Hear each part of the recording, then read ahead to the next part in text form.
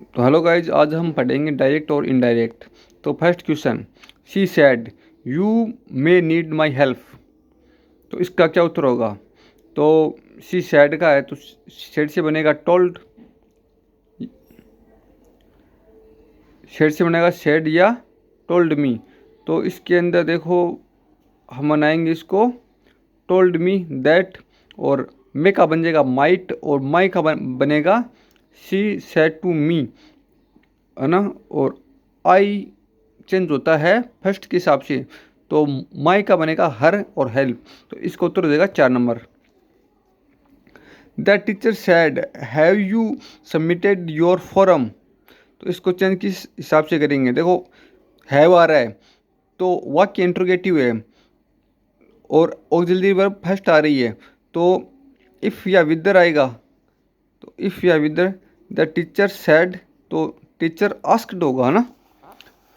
Teacher asked 3 में भी है, 4 नंबर में भी है। फिर मी, इफ़ या विदर, आई हैड, हैड के साथ आती है वर्ब की थर्ड फॉर्म, तो वो आ रही है 3 नंबर के अंदर।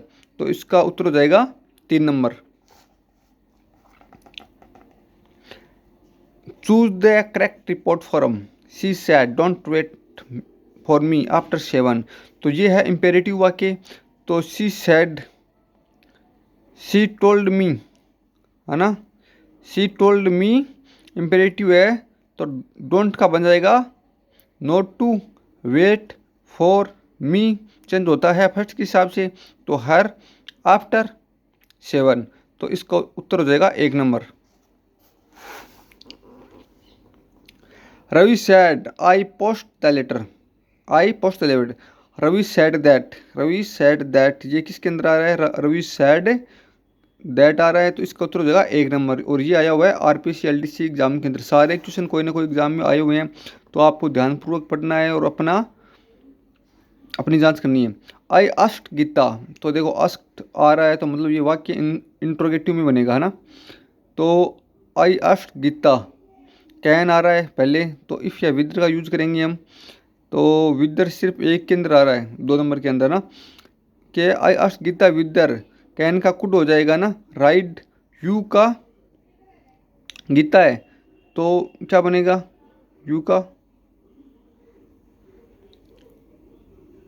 आई बन गया सी, राइड ए बाइसिकल, इसका बनेगा 2 number. Question number next, the police man asked if I had seen the accident. तो देखो, आस्क्ड आ रहा है, मतलब ये वाक्य किसके अंदर बना हुआ है? इंट्रोगेटिव के अंदर। तो इसको, ये पहले से ही इनडायरेक्ट के अंदर है, तो इसको हम डायरेक्ट के अंदर बदलेंगे। तो देखो, तो सबसे पहले the police man sad had you seen it. The police man asked, तो आस्क्ड तो आ नहीं सकता क्योंकि आस्क्ड तो हमें इंट्रोगेटिव होता है जब चेंज करते हैं इसके अंदर ना। The police man asked, the police man sad, तो ये वाक्य the police man asked if I had seen, मतलब ये पास्ट के अंदर है ना। और 1 नंबर भी the police man sad, the police man sad, ठीक है ना। हैड आ रहा है तो इधर भी हैड सीन, तो had, if I had, does, had you, तो इसका उत्तर होगा, मैंने asked I had seen, did से इसका उत्तर होगा 3 number.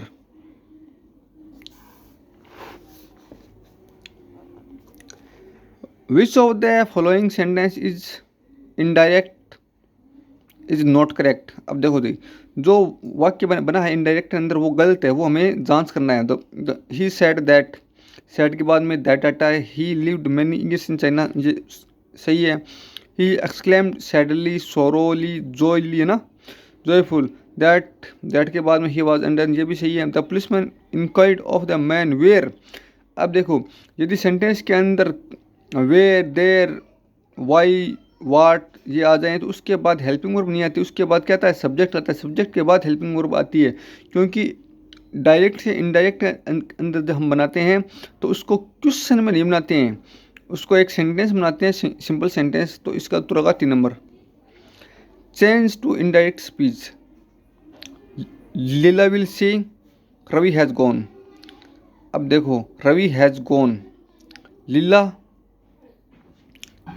Leela will say that, क्योंकि ये फ्यूचर के अंदर है, प्रेजेंट और फ्यूचर के अंदर हो तो ना तो रिपोर्ट वर्ब बदलेगी ना रिपोर्ट स्पीच बदलेगा, सिर्फ कंजक्शन आएगा दैट और फिर आगे सेंटेंस जो का त्यों आ जाएगा और जो चेंज होते हैं वो अपने हिसाब से हम कर देंगे। तो Leela will say that Ravi has gone, तो उत्तर हो जाएगा 2 number. Change to indirect speech, she said to Mita can you lend me this watch.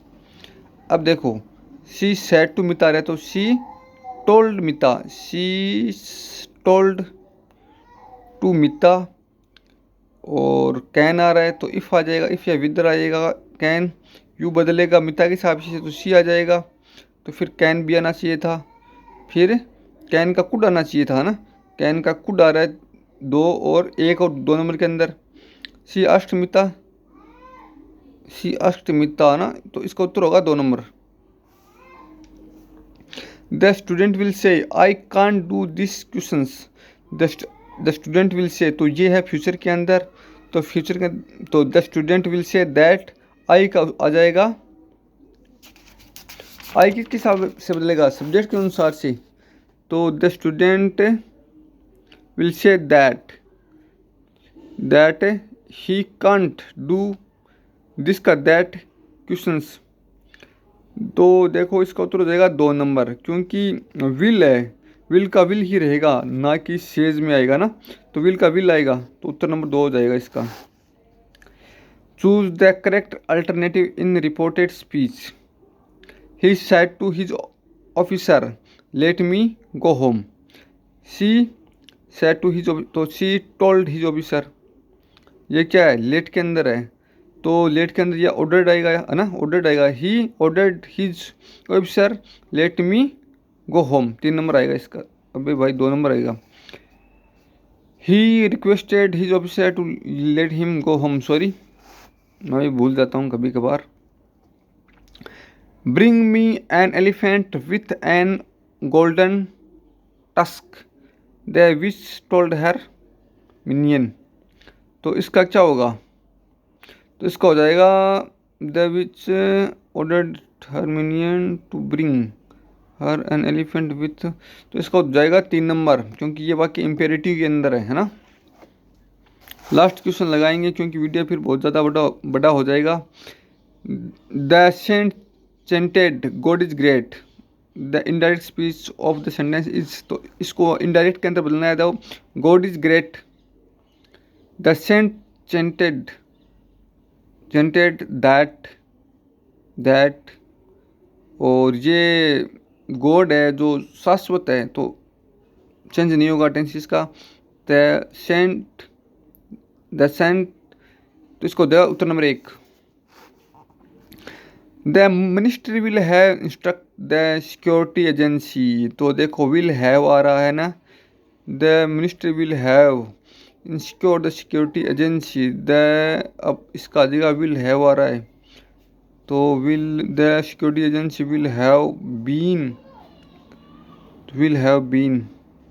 Will आ रहा है, तो security agency will have been by the ministry, by नहीं आएगा इसके अंदर, will have been 3 number 4 number आएगा इसके अंदर। तो बस आज की वीडियो के अंदर इतना ही, कुछ अपनी जांच कीजिएगा। भारत माता की जय, हिंदुस्तान जिंदाबाद।